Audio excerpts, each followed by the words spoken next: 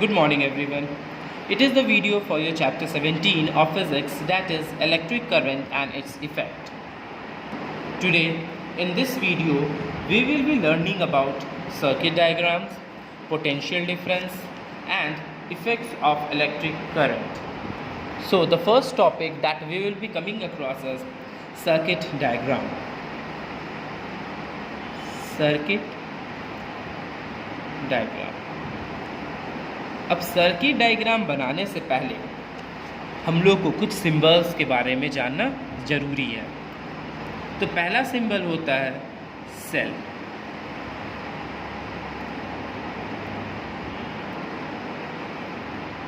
This is the positive charge and this is the negative charge. ये symbol है किसका? Cell का। जब इसमें एक या ज़्यादा सेल हो जाए तब इसको क्या हम लोग बोलेंगे? बैटरी।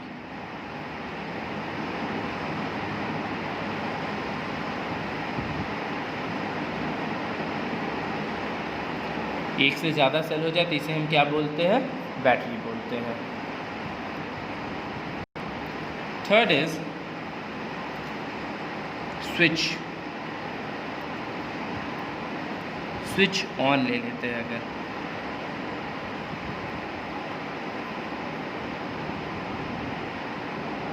ये हो गया मेरा स्विच ऑन। स्विच जो है वो कनेक्टेड है। स्विच ऑफ कैसा होगा? वो कनेक्टेड नहीं होगा।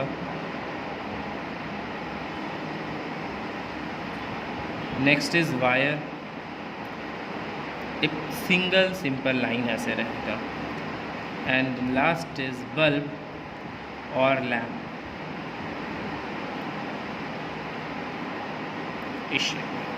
तो दीज आर द सिंबल्स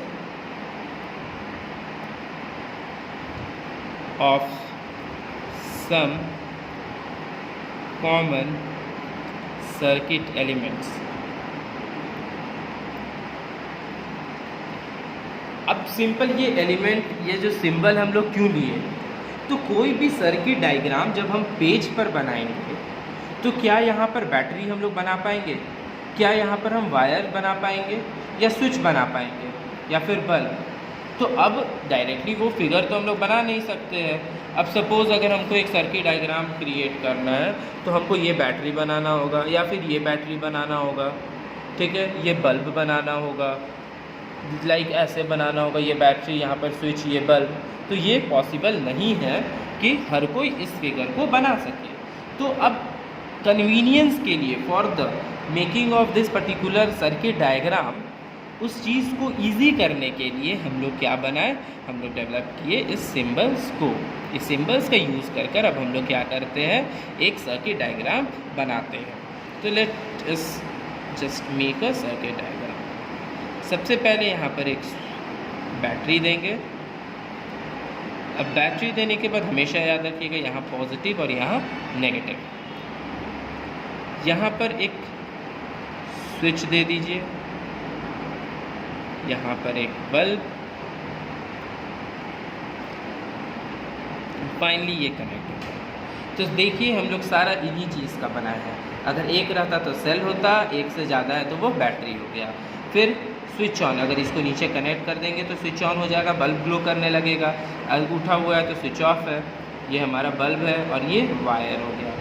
अब एक और चीज़ इसमें जानना है, जब भी जैसे ही हम स्विच को ऑन करेंगे करंट फ्लो करना स्टार्ट होगा।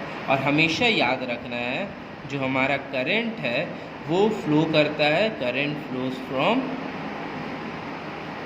Positive terminal to negative terminal. ये हमेशा याद रखना है। हमेशा करंट का जो डायरेक्शन होगा वो इधर से होगा, ऐसे होगा, पॉजिटिव टू नेगेटिव टर्मिनल। ये समझ में आया? अब now let us learn about potential difference. Potential difference actually होता क्या है? तो इससे पहले हम समझेंगे एक एग्जाम्पल से। एक हम अपने घर का, खुद का हम लोग अपना घर का एग्जाम्पल लेंगे। सबके घर में रूफ पर, टेरेस पर टैंक लगा हुआ होगा, ठीक है। टेरेस के ऊपर एक टैंक लगा हुआ होगा, अब इस टैंक में कहीं ना कहीं से कनेक्शन होगा। अब यहाँ पर एक मोटर लगा हुआ होगा, ठीक है, यहाँ पर एक मोटर लगा हुआ होगा घर के नीचे में ग्राउंड फ्लोर पे, उससे एक आउटलेट गया होगा और यही आउटलेट जाकर ऊपर पाइप में जाकर कनेक्ट हो जाता है सारे के घर होगा। अब ये जो मोटर का इनलेट है ये कहाँ जाता है? ये मोटर का इनलेट हमारे घर के नीचे जो डिगिंग होता है, जो बोरिंग होता है, उसके अंदर जाता है। ये हमारा ग्राउंड हो गया, ठीक है। ये सपोज घर हो गया,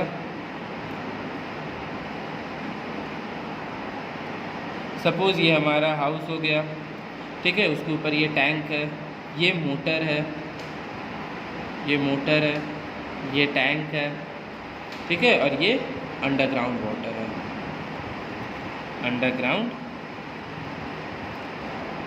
वाटर।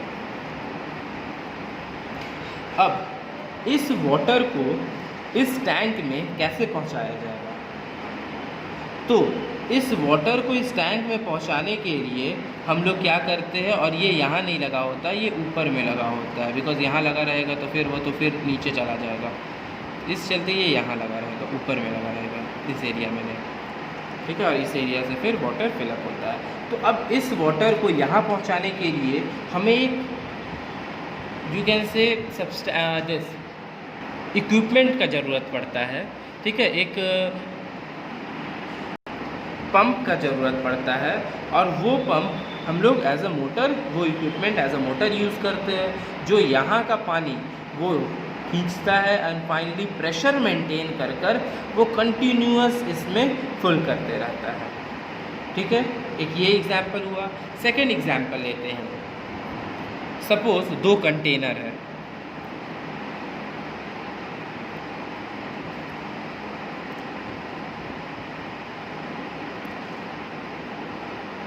ये दोनों कनेक्टेड है, इसमें इतना वाटर फील्ड है, तो ऑब्वियसली सब बात है, वाटर जो होगा वो इसमें फ्लो करना स्टार्ट होगा और इसमें गिरने लगेगा, और ये तब तक गिरेगा जब तक ये दोनों का वाटर लेवल जो है ना वो एक ना हो जाए।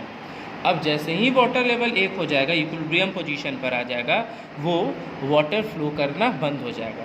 और हम लोग को पता है वाटर कहाँ से फ्लो करता है, तो water flows from the higher level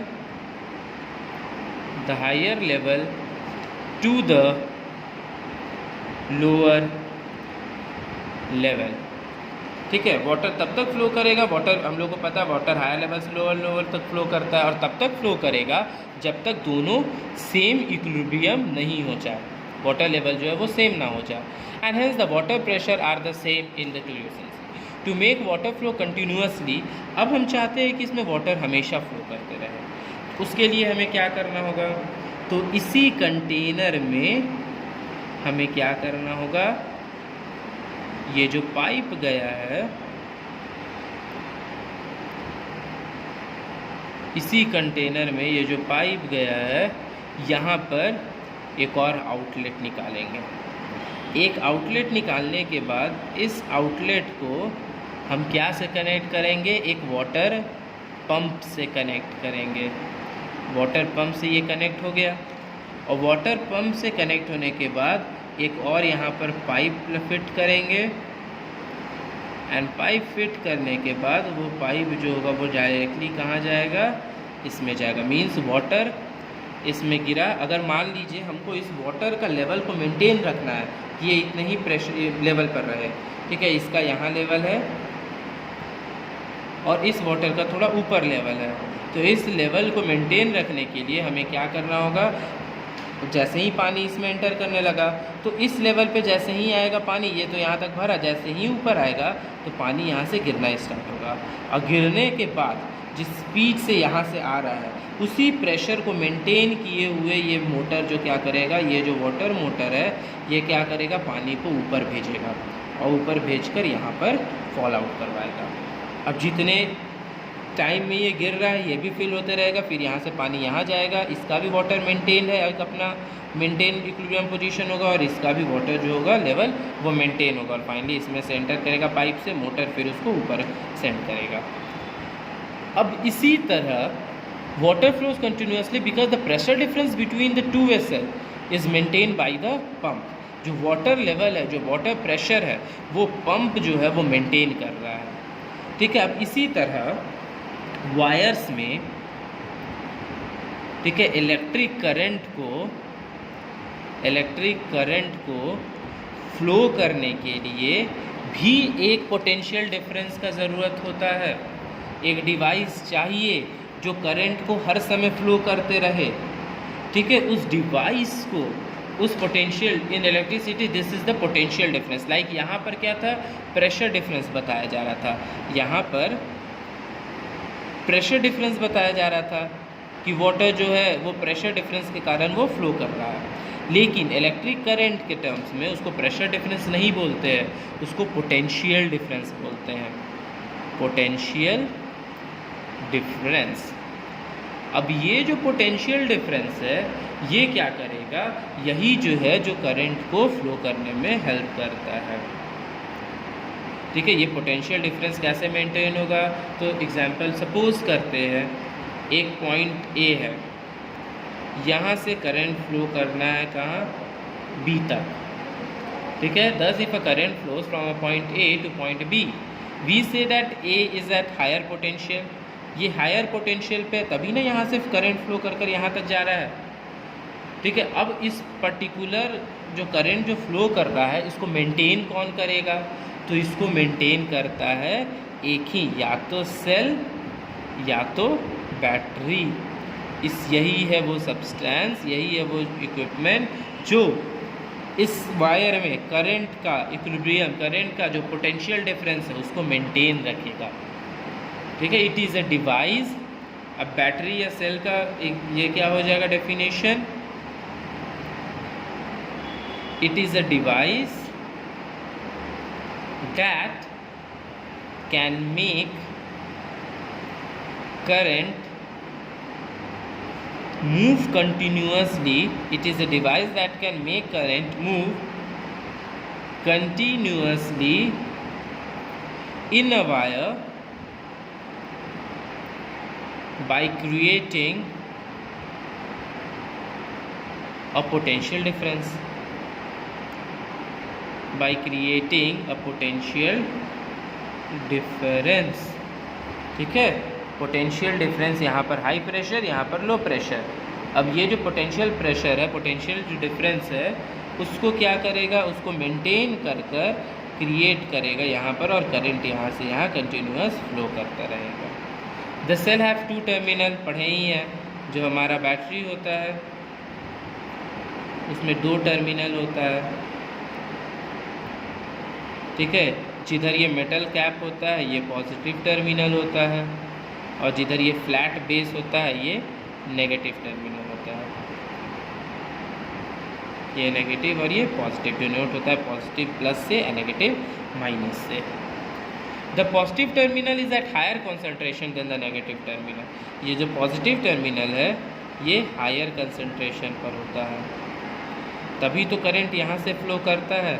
अगर लोअर कंसंट्रेशन अगर यहाँ रहता, यहाँ हायर कंसंट्रेशन रहता, तो current negative to positive flow करता।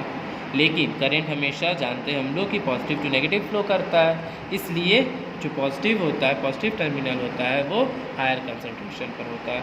When this terminals are connected by metal wire, current flows from the positive terminal to the negative terminal. जब भी करंट फ्लो करता है तो ऑटोमेटिक यहाँ से यहाँ फ्लो करना स्टार्ट कर देता है।